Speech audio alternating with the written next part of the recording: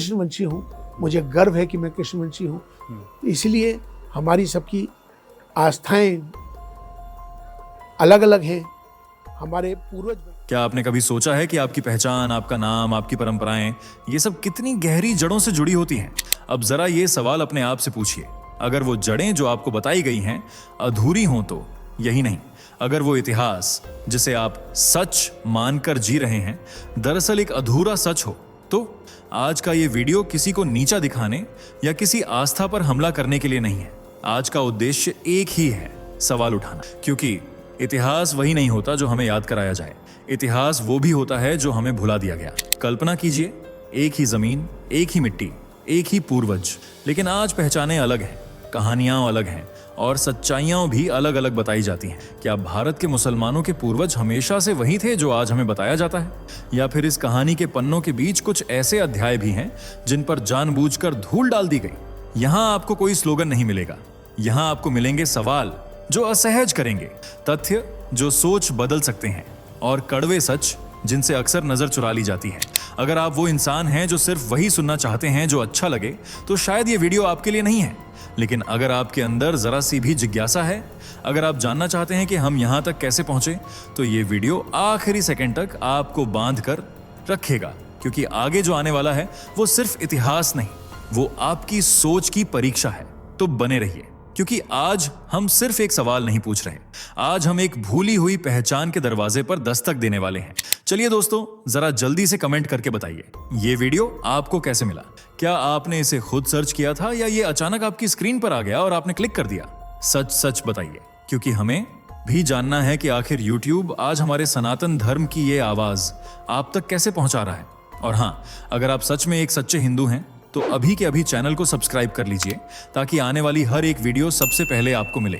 Video को like करना मत भूलना, ताकि दुनिया को दिखाया जा सके कि सनातन की शक्ति अभी जिंदा है। तो चलिए बिना वक्त गंवाए बढ़ते हैं वीडियो में आगे। दोस्तों, आज का वीडियो शुरू करने से पहले हम आप सभी से एक जरूरी बात साझा करना चाहते हैं। यह वीडियो किसी भी धर्म, जाति या समुदाय की भावनाओं को ठेस पहुंचाने के लिए नहीं बनाया गया है। हमारा उद्देश्य सिर्फ और सिर्फ उन तथ्यों को आपके सामने रखना है जो पहले से ही इंटरनेट पर, किताबों में और कई ऐतिहासिक दस्तावेजों में दर्ज हैं। हो सकता है कि इस वीडियो में कही गई बातें कुछ लोगों को कड़वी लगें, हो सकता है कि कुछ दर्शक इसे पसंद करें और कुछ नाराज हो जाएं। लेकिन हम यही कहेंगे कि अगर आप सच्चाई से डरते हैं या अगर आप केवल वही सुनना चाहते हैं जो आपको अच्छा लगे, तो यह वीडियो शायद आपके लिए नहीं है। क्योंकि आज हम बात करने जा रहे हैं एक ऐसे विषय पर जिसे जानने के बाद आपका नजरिया हमेशा के लिए बदल सकता है। ये वो बातें हैं जिन्हें अब तक आपसे छिपाया गया या फिर जानबूझकर नजरअंदाज किया गया। हम आपसे बस इतनी उम्मीद रखते हैं कि आप इस वीडियो को अंत तक देखें, खुले दिमाग से, बिना किसी पूर्वग्रह के। क्योंकि जो हम दिखाने जा रहे हैं वो सिर्फ हमारा नजरिया नहीं है, बल्कि वो सच्चाई है जो अब तक दबा दी गई थी। अगर आपको ये वीडियो उपयोगी लगे तो लाइक जरूर करें, चैनल को सब्सक्राइब करें और इस जानकारी को ज्यादा से ज्यादा लोगों तक पहुंचाएं। अब बिना समय गवाए चलिए वीडियो की शुरुआत करते हैं। तो दोस्तों, अगर हम आज की दुनिया की बात करें तो हमारे पास कुल 7 महाद्वीप हैं और इनमें फैले हुए हैं 155 देश। ये वही दुनिया है जहां कभी हजारों सभ्यताएं थीं, अनगिनत संस्कृतियां थीं और हर कोने में एक अलग पहचान बसती थी। अगर हम दुनिया के 195 देशों में धर्मों की स्थिति पर नजर डालें तो सबसे बड़ी आबादी ईसाई धर्म को मानने वालों की है। इसके ठीक बाद जिस धर्म का स्थान आता है वह है इस्लाम। हैरानी की बात यह है कि इस्लाम एक तुलनात्मक रूप से नया धर्म है जिसे अस्तित्व में आए बहुत ज्यादा समय नहीं हुआ। इसके बावजूद इसकी पहुंच और प्रभाव इतनी तेजी से फैले कि आज 195 में से 57 देश खुद को मुस्लिम राष्ट्र घोषित कर चुके हैं।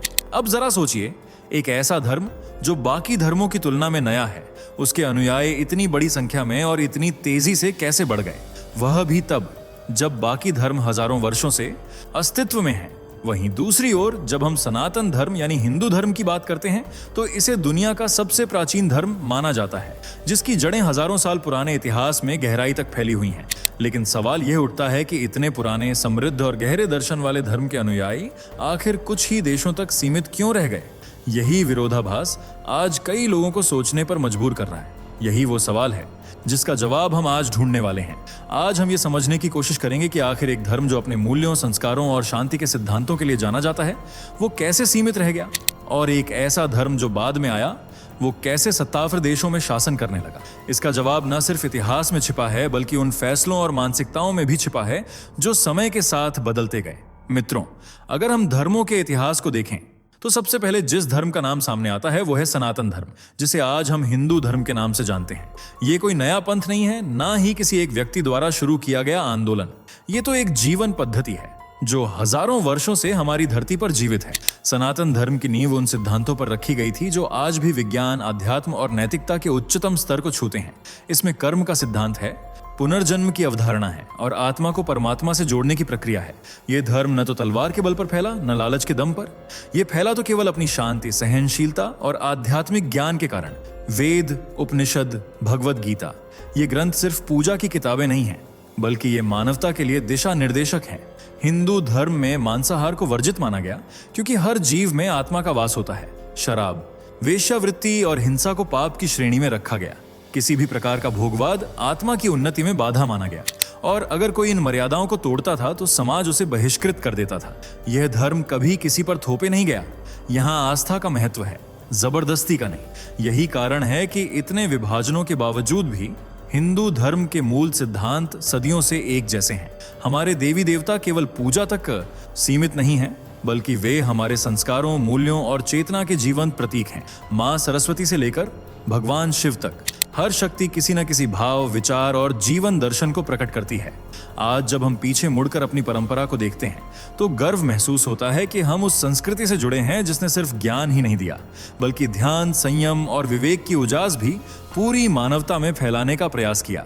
लेकिन दुर्भाग्य से समय के साथ साथ इस धर्म को तोड़ा गया, बांटा गया और बार बार कमजोर करने की कोशिशें की गईं। और इसी संघर्ष की कहानी को हम अब आगे समझने वाले हैं। अब जरा नजर डालते हैं उस धर्म पर जिसे आज दुनिया का दूसरा सबसे बड़ा धर्म माना जाता है, इस्लाम। इस धर्म की शुरुआत 610 ईस्वी में मानी जाती है जब पैगंबर मोहम्मद ने अपने संदेश का प्रचार करना आरंभ किया। इस्लाम का उदय ऐसे दौर में हुआ जब दुनिया पहले से ही विभिन्न सांस्कृतिक और धार्मिक व्यवस्थाओं से भरी हुई थी। फिर भी इसकी एक खास पहचान यह बनी कि इसने कई ऐसी बातों को स्वीकार किया जिन्हें उससे पहले के कई धर्मों में वर्जित या सीमित माना जाता था। उदाहरण के लिए मांस खाना, जिसे हिंदू धर्म में पाप की श्रेणी में रखा गया था, इस्लाम में इसे आम बात बना दिया गया। जहां हिंदू धर्म संयम और आत्मनियंत्रण की बात करता है, वहां इस्लाम में 7 शादियों तक की अनुमति दी गई। इसने सामाजिक और नैतिक जीवन की परिभाषा को ही बदलकर रख दिया। वहीं वजू यानी पानी से शुद्धिकरण की प्रक्रिया को भी इस तरह से प्रस्तुत किया गया कि वह हिंदू धार्मिक प्रक्रियाओं से बिल्कुल अलग दिखे। पानी को नीचे से ऊपर की ओर डालना एक प्रतीक बन गया कि यह धर्म बाकी परंपराओं से अलग है। इसी तरह जहां हिंदू धर्म में मूर्ति पूजा और मंदिरों की परंपरा रही है, वहां इस्लाम ने मज़ारों और कब्रों की इबादत को अहमियत दी। एक ओर भगवान की मूर्तियों को पूजने की हजारों साल पुरानी परंपरा थी, दूसरी ओर इस नए धर्म में उसे शिर्क यानी पाप घोषित कर दिया गया। हिंदू पुरुष जहां अपने चेहरे को स्वच्छ रखते थे, वहीं इस्लाम में दाढ़ी रखना एक धार्मिक पहचान बना दी गई। हर एक परंपरा को इस तरह से उलट दिया गया कि मानो ये सिर्फ भिन्नता नहीं बल्कि एक तरह की प्रतिक्रिया थी, एक नई विचारधारा की जो पहले की व्यवस्थाओं से अलग दिशा में चलना चाहती थी। इन सब बातों से ऐसा प्रतीत होता है कि यह धर्म न केवल एक नया मार्ग था बल्कि एक वैचारिक विद्रोह भी था जो पहले से स्थापित मान्यताओं को चुनौती देना चाहता था। अब चलिए थोड़ा गहराई से समझते हैं कि कैसे दो धर्मों की परंपराएं, रीति रिवाज और दैनिक जीवन के नियम एक दूसरे के बिल्कुल उलट हैं। और यह उलटापन सिर्फ संयोग नहीं लगता बल्कि एक सुनियोजित विद्रोह की तरह दिखता है। पहला अंतर, लेखन शैली। जहां हिंदू धर्म में लेखन बाएं से दाएं होता है, वहीं इस्लाम में दाएं से बाएं लिखने की परंपरा है। सिर्फ लेखन ही नहीं, यह विचारधारा की दिशा का भी प्रतीक बन जाता है, एक सोच जो पूरी तरह उलट दिशा में चल रही है।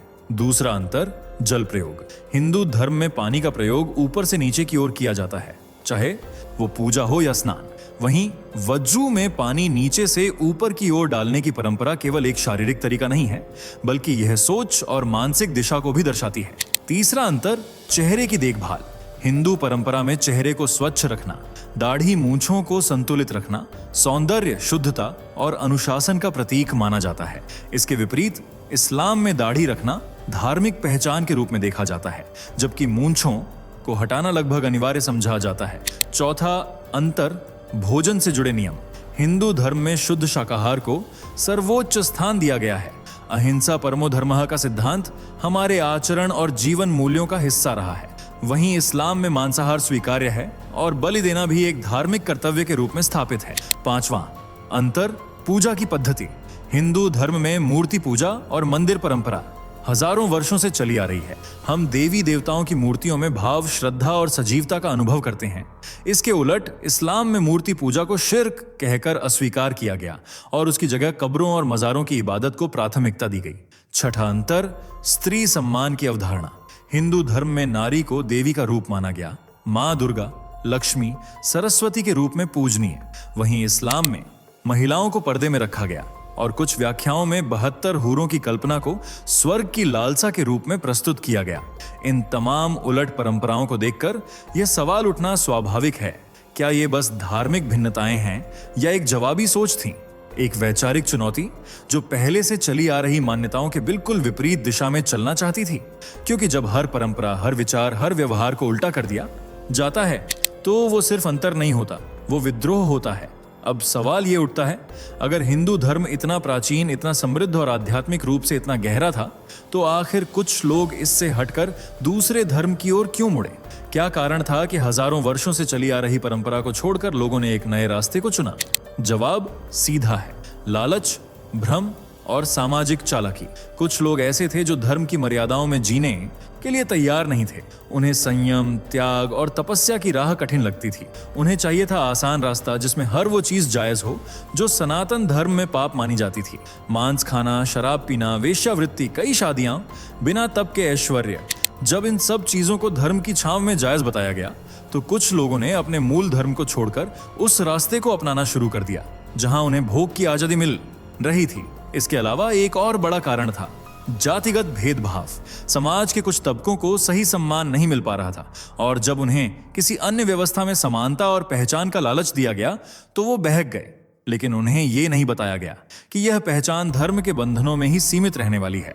और फिर शुरू हुआ धर्मांतरण का सिलसिला। कुछ लोगों ने तो खुद धर्म बदला, लेकिन कई जगहों पर धोखे, भय और लालच के जरिए बाकी लोगों को भी बदलने की कोशिश की गई। अगर तुम हमारे धर्म में आओ तो तुम्हें जन्नत मिलेगी, मरने के बाद तुम्हें 72 हूरें मिलेंगी, तुम्हें जीते जी सुख मिलेगा और मरने के बाद इनाम। ये वही बातें थीं जिनसे धर्म का व्यापारीकरण शुरू हुआ और जो लोग अपनी आध्यात्मिक जड़ों से जुड़ नहीं पाए उन्होंने इन बातों में आकर अपना धर्म छोड़ दिया। लेकिन आज जब हम इतिहास को पलटते हैं तो यही लोग धोखा खाए हुए भ्रमित आत्माएं नजर आते हैं। उन्होंने खो दिया वो ज्ञान, वो दर्शन और वो संस्कृति जो केवल हिंदू धर्म ही दे सकता था। दोस्तों, अब बात करते हैं उस रणनीति की जिसने कुछ ही सदियों में इस्लाम धर्म को सिर्फ एक विचारधारा नहीं बल्कि एक वैश्विक ताकत बना दिया। और वो रणनीति थी जनसंख्या का हथियार बनाना। इस्लाम धर्म में एक से अधिक विवाह की अनुमति है और ये अनुमति सिर्फ सामाजिक कारणों से नहीं बल्कि इसके पीछे एक सुनियोजित सोच छिपी हुई है। जब एक पुरुष 4 या 7 शादियां करता है और हर परिवार में 4-5 बच्चे होते हैं तो सोचिए एक पीढ़ी में ही संख्या कितनी बढ़ जाती है। यही कारण है कि जहां बाकी धर्मों में सीमित परिवार की बात होती है, संयम और संसाधनों की जिम्मेदारी सिखाई जाती है, वहीं इस्लाम में जनसंख्या को विस्तार का साधन माना गया। और ये सिर्फ व्यक्तिगत स्तर तक सीमित नहीं रहा, ये एक सामूहिक रणनीति बन गई। कई देशों में धीरे धीरे मुस्लिम जनसंख्या इतनी बढ़ी कि संख्या बहुमत में आ गई और जैसे ही बहुमत हुआ वहां धर्म के आधार पर देश घोषित कर दिया गया। आज दुनिया में 77 ऐसे देश हैं जो खुद को इस्लामिक राष्ट्र कहते हैं। ये देश ऐसे नहीं बने, ये जनसंख्या की धीमी लेकिन सतत रणनीति का परिणाम है। अब आप सोचिए, अगर कोई भी देश जहां पहले विविधता थी वहां एक विशेष समुदाय बहुमत में आ जाए तो क्या वहां बाकी धर्मों के लिए स्थान बचेगा? यही डर आज भी कई देशों में महसूस किया जा रहा है कि कहीं धीरे धीरे इसी रणनीति से उनकी पहचान, संस्कृति और धर्म पर भी कब्जा ना हो जाए। ये कोई साधारण आंकड़ा नहीं बल्कि संख्या की ताकत से विचारधारा थोपने की तैयारी है। इसलिए अब समय है जागने का, समझने का कि यह सिर्फ जनसंख्या नहीं बल्कि अस्तित्व की लड़ाई बनती जा रही है। मित्रों, अगर सब कुछ ऐसे ही चलता रहा तो सोचिए आगे क्या होगा। अगर यही जनसंख्या दर, यही बहुपत्नी प्रथा और यही धर्मांतरण की रणनीति यूं ही जारी रही तो क्या आने वाले वर्षों में और देश इस्लामिक राष्ट्र घोषित नहीं हो जाएंगे? आज फिरावन देश इस सूची में है, कल ये सत्यानंद हो सकते हैं और फिर शायद वो दिन भी दूर नहीं जब कुछ ऐसे देश जहां आज हिंदू संस्कृति की जड़ें गहरी हैं वो भी धीरे धीरे बदल जाएं। क्या आप तैयार हैं उस भविष्य के लिए जहां आपकी पहचान, आपका धर्म, आपकी संस्कृति सिर्फ इतिहास की किताबों में रह जाए, नहीं मित्रों, अब और चुप रहने का समय नहीं है। अब वक्त है जागने का, समझने का और एकजुट होने का। हमें समझना होगा कि यह सिर्फ धार्मिक विषय नहीं है, यह हमारी अस्तित्व की रक्षा से जुड़ा हुआ मुद्दा है। अगर आज हम नहीं चेते तो कल हमारी अगली पीढ़ी शायद हमसे पूछे कि जब सब कुछ हमारे सामने हो रहा था तब हमने कुछ किया क्यों नहीं। इसलिए आज का ये वीडियो सिर्फ जानकारी नहीं है, ये चेतावनी है। और यह चेतावनी हर उस व्यक्ति के लिए है जो अपने धर्म, अपनी मिट्टी और अपनी विरासत से प्रेम करता है। तो मित्रों, आज के इस वीडियो में हमने सिर्फ एक कहानी नहीं सुनी, हमने वो कड़वी सच्चाई जानी जिसे अक्सर या तो छिपाया जाता है या फिर नजरअंदाज किया जाता है।